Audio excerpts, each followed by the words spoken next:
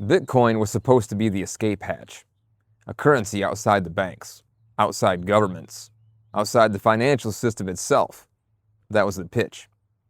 But the deeper you go into Bitcoin's origin story, the stranger it gets. The algorithm Bitcoin runs on was designed by the NSA. 12 years before Bitcoin appeared, NSA researchers published a paper describing anonymous digital cash. In 2011, Bitcoin's lead developer accepted an invitation to speak at CIA headquarters. The conference theme, mobility of money. The day after that became public, Satoshi Nakamoto disappeared completely. Later, journalists asked the CIA and FBI for records related to Satoshi. Both agencies refused to confirm or deny whether those records exist. The FBI describes Satoshi as a living individual connected to a protected matter. Those are all documented facts. Maybe they're unrelated, maybe not. But when you lay the timeline out in order, it stops feeling random. This isn't about proving a conspiracy, it's about recognizing a pattern. Because the future rarely announces itself. It arrives through technologies people trust, systems people normalize, and conveniences people stop questioning. By the time most people notice the world changed, the infrastructure is already built. Before getting into theories, start with what's already public. In December 2021, CIA Director William Burns was asked whether the agency was involved in cryptocurrency monitoring. His answer was unusually direct. He said his predecessor had already started a number of different projects focused on cryptocurrency. Projects, plural. Multiple agency operations related to crypto, already underway before Burns even took over. The predecessor was David Cohen. Before the CIA, Cohen spent years at the Treasury Department, running sanctions, enforcement, and financial intelligence. Tracking global money flows was his job. He didn't stumble into cryptocurrency. He came from the exact institutions most focused on who moves money and where. Intelligence agencies monitor technologies that affect sanctions, capital flows, and geopolitical leverage. Of course, they care about cryptocurrency. But Bitcoin wasn't just another payment system. It was designed specifically to exist outside centralized control, which makes the overlap worth examining. At the center of Bitcoin is a cryptographic algorithm called SHA-256, Secure Hashing Algorithm. Every transaction depends on it. Mining depends on it. Block validation depends on it. The entire system runs on it. SHA-256 was designed by the NSA. Published through NIST in 2001, that part isn't disputed, and to be fair, a lot of modern encryption traces back to government research. That alone doesn't mean Bitcoin was compromised. But this is where the timeline gets strange. In 1996, more than a decade before Bitcoin appeared, NSA researchers published a paper called How to Make a Mint, the Cryptography of Anonymous Electronic Cash. It described digital signatures, privacy-preserving transactions, cryptographic verification, electronic cash systems, many of the same concepts that later became central to cryptocurrency. The main thing it didn't solve was double spending. Bitcoin solved that through proof of work and decentralized consensus. Still, the same agency that designed the algorithm Bitcoin runs on had published research into anonymous digital currency years before Satoshi's white paper existed. Cryptography researcher Matthew Green of Johns Hopkins framed it plainly. What you get is the ability to forge transactions. The really scary thing is, if somebody finds a way to find collisions in SHA-256 really fast, then they could take control of the entire network. He was describing the theoretical outcome. Make of that what you will. Most people who use Bitcoin will never understand the underlying mathematics. That's part of what made it powerful. People had to trust the system without being able to verify it themselves. In cryptography, there's a concept called a backdoor, a hidden entrance built into a system by its designer. The designer always knows it's there. Everyone else just uses the system. Bitcoin launched publicly in January 2009. Almost nobody cared. Every blockchain has a first block, the one that started the whole chain. Bitcoin's is called the Genesis block, mined by Satoshi on January 3rd, 2009, and inside it, Satoshi embedded a newspaper headline, chancellor on brink of second bailout for banks, from the Times that day. Most people read that as a political statement. Satoshi commenting on the broken banking system Bitcoin was designed to replace. Maybe that's all it was. But researchers noticed something later. That exact headline ran in the print edition of the Times that morning. The website ran a different version. Whoever wrote it into the Genesis block had the physical newspaper in their hands on January 3rd, 2009, the same day Bitcoin launched. That put Satoshi in the UK, or with someone who was, on the day it all started. Small detail, still interesting. Then there's Hal Finney, the first person to ever receive a Bitcoin transaction from Satoshi. A respected cryptographer, deeply involved in privacy technology long before Bitcoin existed. Finney lived a few blocks from a man named Dorian, or Satoshi Nakamoto, the man Newsweek later identified as potentially being Bitcoin's creator. Finney denied being Satoshi. Dorian denied it too, and none of this proves anything on its own. But Bitcoin's origin story is full of details like this. Loose threads, half connections, strange timing. Then, April 2011 happened. On April 23, 2011, Satoshi Nakamoto sent an email to developer Mike Hearn. "I've moved on to other things," he wrote. "It's in good hands." No explanation, no long goodbye. A few days later, Satoshi sent a final message to Gavin Andresen, the developer who had become Bitcoin's lead maintainer. He told Gavin he didn't want the project portrayed as mysterious or shadowy.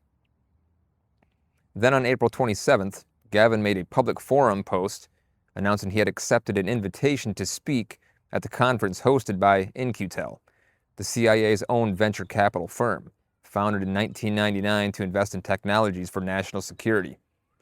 In-Q-Tel backed the company that became Google Earth. It funded Palantir. It has deployed over $1.2 billion in taxpayer funds across the 172 startups. The conference was being held at CIA headquarters. The theme, mobility of money. The day after that announcement, Satoshi disappeared. No confirmed emails after that. No verified posts. Nothing. After 169 code commits and 539 public posts, silence. Maybe Satoshi simply wanted out. Bitcoin was growing fast. Attention was increasing. The pressure was enormous. Or maybe the CIA connection changed something. Even Gavin admitted he wondered. Years later on a podcast, he said, "The last email I sent him, I actually told him I was going to talk at the CIA. So it's possible that may have had something to do with their deciding to leave." That quote came from the man who was there, Bitcoin's lead developer, wondering out loud on a public podcast whether the CIA briefing caused Satoshi to vanish. In June 2011, Gavin went to CIA headquarters and gave the presentation. PayPal people in the room, Federal Reserve economists. At the end, he sold a Bitcoin to someone in the audience, later describing that person as one of the CIA people. And one more detail from that period, in July 2011, months after Satoshi went silent, a cryptographer named Len Sassaman died. He was a cypherpunk, a privacy researcher, a colleague of Hal Finney, a student of David Chaum, the man called the godfather of digital cash. After his death, someone embedded a tribute to him permanently into the Bitcoin blockchain. Block 138,725, an ASCII art memorial built into a ledger forever. A 2026 documentary argues Sassaman and Finney built Bitcoin together. Whether that's true, whoever did it knew the code and considered Sassaman important enough to memorialize inside it. In intelligence work, there's a term, going dark. It means a source stops transmitting, usually because the mission changed or because the mission was complete. Then came the Epstein files. In 2025, the DOJ released documents as part of the Epstein disclosures. Among them, emails showing Jeffrey Epstein attempting to reach Bitcoin's lead developer in the days before the CIA briefing. June 6, 2011, Epstein emails entrepreneur Jason Calacanis, requesting Gavin Andresen's contact information. Calacanis provides it. June 12th, 2 days before the CIA meeting, Epstein emails Andresen directly, requesting a phone call. Andresen has said he didn't speak with Epstein, but the attempt is in the documents. Most people stopped at that phone call. The files go further. In 2014, Epstein invested $500,000 in Blockstream, a company co-founded by Adam Back, whose Hashcash system was the direct technical precursor to Bitcoin's proof-of-work mechanism. Back is one of a handful of people whose prior work Bitcoin was assembled from. The files show Epstein invited Back and his co-founder to meet at Little St. James. Also in 2014, Epstein invested $3 million in Coinbase. That investment was brokered by Brock Pierce, a crypto evangelist and co-founder of Tether, the dollar-backed stablecoin that now holds billions in U.S. Treasury bonds. Epstein to Coinbase, through the co-founder of the stablecoin now buying American debts. And in 2015, MIT Media Lab director Joey Ito confirmed that Epstein's gift funds were used to underwrite the launch of MIT's digital currency initiative, the primary research group for Bitcoin's open source development. Epstein's money funded the people building Bitcoin's core structure, confirmed by MIT's own director. Epstein funded the MIT team building Bitcoin infrastructure. Epstein funded Blockstream, built by Bitcoin's technical architect. Epstein funded Coinbase through the co-founder of Tether. Epstein tried to reach Bitcoin's lead developer 2 days before the CIA briefing. Maybe that's coincidence? Maybe not. Years later, journalists started filing FOIA requests, asking government agencies for records related to Satoshi Nakamoto. The responses were unusual. The CIA refused to confirm or deny whether records existed. The FBI did the same. That type of response is called a GLOMAR response. Agencies use it in situations involving intelligence operations, investigations, or sensitive national security matters. And maybe Satoshi simply became important enough historically that records are protected automatically. That's possible. But in 2024, researcher Dave Troy filed another request with the FBI. Same refusal. But the language was different. The FBI referred to Satoshi as a third-party individual. Troy pointed out the implication.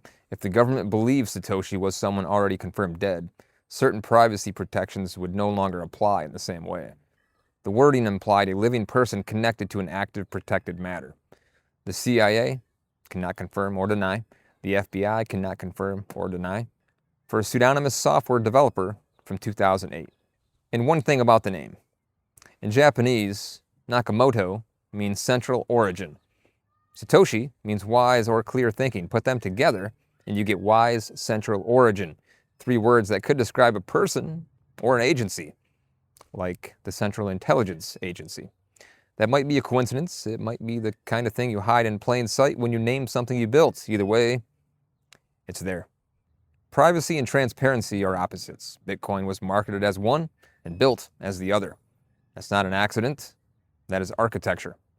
Every transaction ever made from the first block in January 2009 to the one happening right now is permanently recorded on a public ledger anyone can read. Bitcoin calls itself pseudonymous, pseudo meaning false. The anonymity holds until someone connects a wallet address to a real person. Once that happens, through an exchange, a subpoena, leaked data, a complete financial history attached to that address becomes permanently visible. Everything. Going back to the beginning. Edward Snowden talked constantly about metadata after the NSA leaks. Metadata reveals patterns. Who interacted with who, when, how often, how money moved. Bitcoin creates a permanent financial graph. Public, searchable, immutable. Intelligence agencies don't need to hack your wallet. They just need to wait until your address gets connected to your name. Then they have everything. Then stablecoins arrived. Tether, USDC, the crypto ecosystem that was supposed to challenge the dollar became heavily tied to U.S. Treasury debt. Stablecoin issuers became major buyers of Treasury bonds because that's what backs the tokens. Former Speaker Paul Ryan argued stablecoins could strengthen the global demand for the dollar, which is not what early Bitcoin culture imagined at all. In March 2025, Trump signed an executive order establishing a strategic Bitcoin reserve, treating Bitcoin as a sovereign asset alongside gold. The U.S. is now the largest known state holder of Bitcoin with over 328,000 BTC. The currency created to exist outside government control is now stored in a government vault by executive order. And Satoshi's coins have never moved. Between 750,000 and 1.1 million Bitcoin, worth over 135 billion at 2025 prices, untouched for 15 years. If this was someone who built Bitcoin to get rich and escape the system, they left 135 billion on the table, either dead, uniquely principled, or the coins were never theirs to spend. Now governments are openly building CBDCs, central bank digital currencies, programmable digital money issued directly by states. By 2025, over 98% of central banks were actively developing them. The World Economic Forum formed a governance consortium of over 80 organizations across 33 countries to write the global rules. The technical specifications include automatic tax deductions, spending restrictions, and time-limited transactions. One critic put it plainly, digital currency will become an extension of the surveillance state. Citizens fined in a split second for behaviors deemed undesirable. Bitcoin was step one. Stablecoins were step two. CBDCs are what they actually want. Whether intentional or not, Bitcoin normalized the idea that money could exist as a fully digital, traceable network. That shift changed everything. And if you step back and look at the full timeline, the NSA research, the CIA connections, the disappearance, the surveillance implications, the government adoption, you can at least understand why people ask the question, even if nobody can fully answer it. The NSA designed the algorithm Bitcoin runs on. NSA researchers published a blueprint for anonymous digital cash 12 years before Bitcoin existed. Bitcoin's lead developer presented at CIA headquarters. The CIA's own venture capital arm invited him. The conference theme was mobility of money. The day after that became public, Satoshi vanished. Gavin said the CIA briefing may have caused it. The CIA and FBI won't release records on Satoshi. The FBI says he's a living national security matter. The currency built to escape government control is now stored in a government vault by executive order. None of that proves Bitcoin was created by the CIA, but it does show that the line between anti-establishment technology and state infrastructure may have never been as clear as people assumed. Every generation gets the control system it didn't see coming. Ours just came with a crypto wallet address and a promise of decentralization. Subscribe to follow where this goes. The system wasn't built for you, so I say build your own.